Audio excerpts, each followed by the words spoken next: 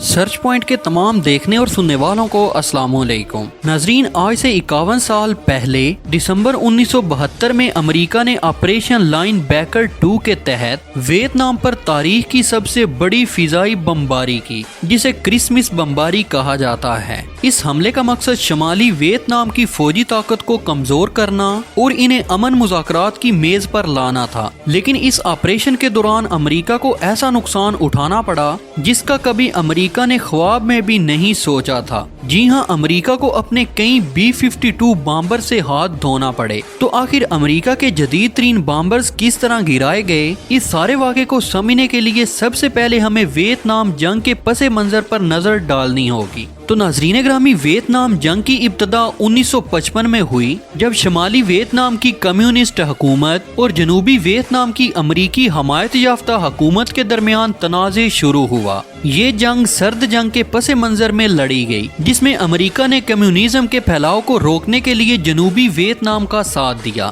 لیکن جنگ طویل ہوتی گئی اور امریکی عوام کے درمیان غیر مقبول ہو گئی۔ 1965 میں امریکی فوج نے براہ راست مداخلت کی اور لاکھوں فوجی ویتنام میں تعینات کیے گئے۔ 1968 تک امریکہ کی طرف سے ویتنام میں فوجی شکست واضح ہو چکی تھی، لیکن نکسن انتظامیہ نے جنگ کو ختم کرنے کے بجائے مزید فوجی مداخلت اور بمباری کا سہارا لیا۔ پیارے دوستو، اب جانتے ہیں آپریشن لائن بیکر 2 کیا تھا۔ نومبر 1972 میں دوبارہ منتخب ہونے والے امریکی صدر رچرڈ نکسن نے وعدہ کیا تھا کہ وہ ویتنام جنگ کا خاتمہ کریں گے، لیکن جب مذاکرات ناکام ہوئے اور شمالی ویتنام نے سخت مزاحمت دکھائی تو نکسن نے فوجی دباؤ ڈالنے کا فیصلہ کیا۔ 18 دسمبر 1972 کو آپریشن لائن بیکر 2 کے تحت امریکی B-52 بامبر طیاروں نے شمالی ویتنام کے اہم فوجی اور شہری انفراسٹرکچر کو نشانہ بنانا شروع کر دیا۔ پہلے ہی دن 129 کی تعداد میں B-52 بامبرز طیارے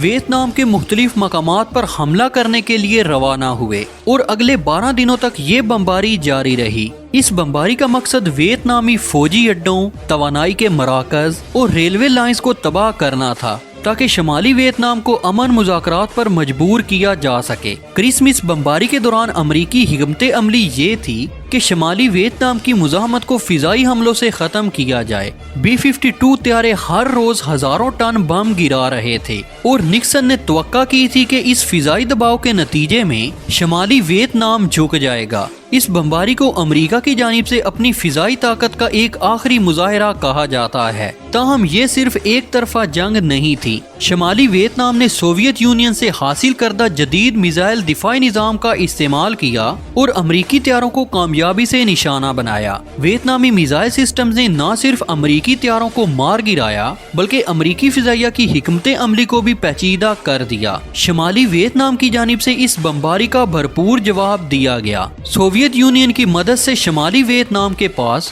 S-75 میزائل سسٹمز موجود تھے، جن کا استعمال کرتے ہوئے ویتنام نے کئی امریکی طیارے تباہ کیے۔ حیران کن طور پر پہلے ہی دن میں 5 B-52 طیارے مار گرائے گئے، لیکن امریکی فضائیہ کو اس شدید مزاحمت کی توقع نہیں تھی۔ یہ مزاحمت نہ صرف امریکی فوجی منصوبہ بندی کو متاثر کر رہی تھی بلکہ نفسیاتی سطح پر بھی ایک بڑا اثر ڈال رہی تھی۔ امریکی پائلٹس کے لیے یہ بات ہضم کرنا مشکل تھا کہ ایک کمزور سمجھی جانے والی قوم نے اتنی سخت مزاحمت کس طرح کی۔ کرسمس بمباری کے دوران شمالی ویتنام میں ہزاروں عام شہری بھی مارے گئے، خاص طور پر ہنوئی کے علاقے خام تھین میں ایک رات کی بمباری میں 287 افراد ہلاک ہوئے۔ حیران کن طور پر اس جنگ میں امریکہ کو بھاری نقصان کا سامنا کرنا پڑا۔ 12 دن کی اس شدید بمباری کے دوران امریکہ نے کل 15 B-52 بمبار طیارے کھوئے اور 33 امریکی ہواباز اپنی جان سے ہاتھ دھو بیٹھے۔ یہ نقصانات امریکہ کے لیے نہ صرف جانی نقصان تھے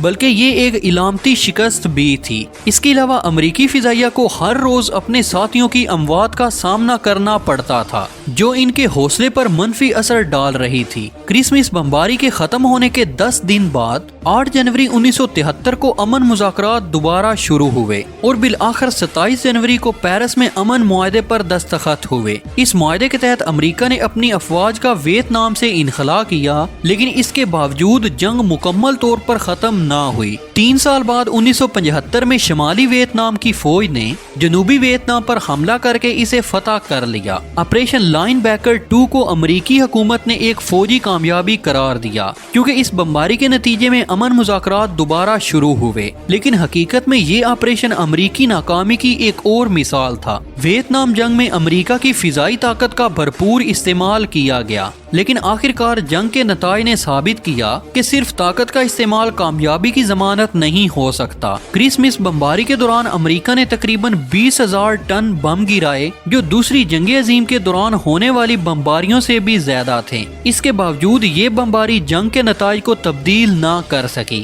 شمالی ویتنام کے شہری اور فوجی انفراسٹرکچر کو نقصان پہنچا، لیکن وہ جنگ میں فتح حاصل کرنے میں کامیاب رہے۔ کرسمس بمباری ویتنام جنگ کے دوران امریکہ کی فوجی ناکامیوں کی ایک مثال ہے۔ اس آپریشن کا مقصد شمالی ویتنام کو مذاکرات پر مجبور کرنا تھا، لیکن اس کے نتیجے میں عام شہریوں کی ہلاکتیں اور امریکی فضائیہ کے نقصانات نے اسے ایک متنازع اور ناکام کوشش بنا دیا۔ یہ واقعہ نہ صرف امریکہ کی فوجی تاریخ کا ایک اہم حصہ ہے، بلکہ اس سے دنیا بھر کے ممالک نے یہ سبق سیکھا کہ جنگ کا خاتمہ صرف فضائی طاقت سے ممکن نہیں ہے، بلکہ مذاکرات اور سفارت کاری ہی پائیداری امن کا راستہ ہے۔